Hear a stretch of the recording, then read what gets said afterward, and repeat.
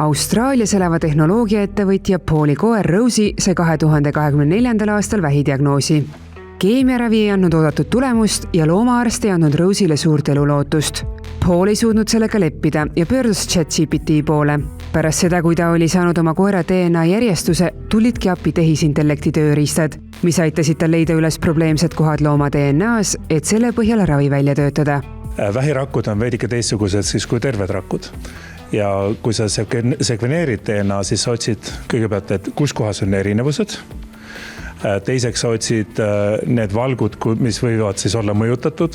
Ja nüüd COVID ajal tulid mRNA vaktsiinid, mis tegelikult arvutis disainid välja RNA järjestuse, mis sinu kehas siis muudetakse valguks.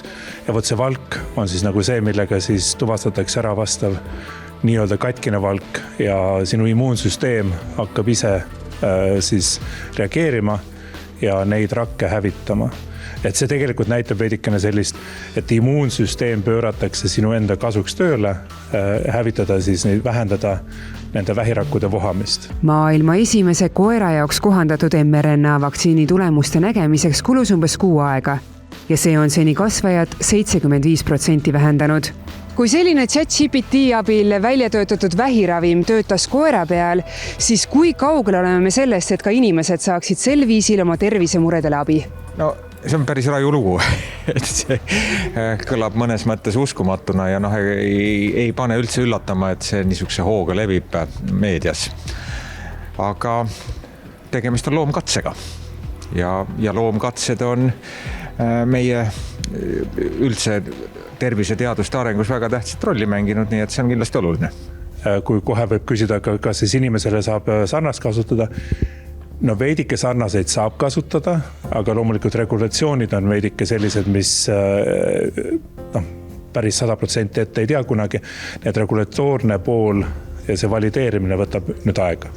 Aga põhimõtteliselt seda vähi vastu suunatud mRNA vaktsiine tegelikult siis maailmas üritatakse just praegu disainida paljudes erinevates laborites.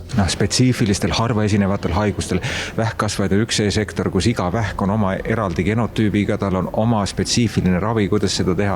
Seal kindlasti niisugune lähenemine on mõistlik ja see on tulevikutee. Samas selgitab Tartu Ülikooli kliinikumi teadus- ja arendusjuht Joel Starkop, et juba praegu kasutatakse vähiravis lähenemist, kus patsiendi vähi DNA järjestuse põhjal pakutakse talle individuaalset ravi.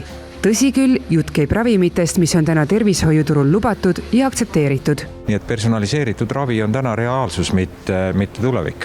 Kuidas võib aga Pauli ja tema koera lugu mõjutada seda, et inimesed hakkavadki iseseisvalt endale ChatGPT abil ravi otsima? ChatGPT abi on väga teretulnud, aga pigem niisugeste lihtsamate probleemide ja niisuguste igapäevasemate juhtude korral, kus meil on väga levinud niisugune õpitud abitus. Me ei oska haava siduda, me ei oska palaviku ravida ega nohu ravida ja kui chat ütleb meile usaldusväärse informatsiooni, kuidas lastel nina ravida, siis see on väga kiiduväärt ja inimesed saavad ise hakkama endaga ja oma niisuguste lihtsamate krooniliste haiguste raviga. Aga see, et nüüd ChatGPT hakkaks soovitama väga spetsiifilise, väga keerulise haiguse erinevaid ravimudeleid konkreetsele inimesele, no ma tahaks ikka uskuda, et seal peab ekspert vahel olema või isegi eksperdid, siis arstid ja tervishoiuteadlased, kes siis ütlevad ja sõeluvad välja need õiged soovitused.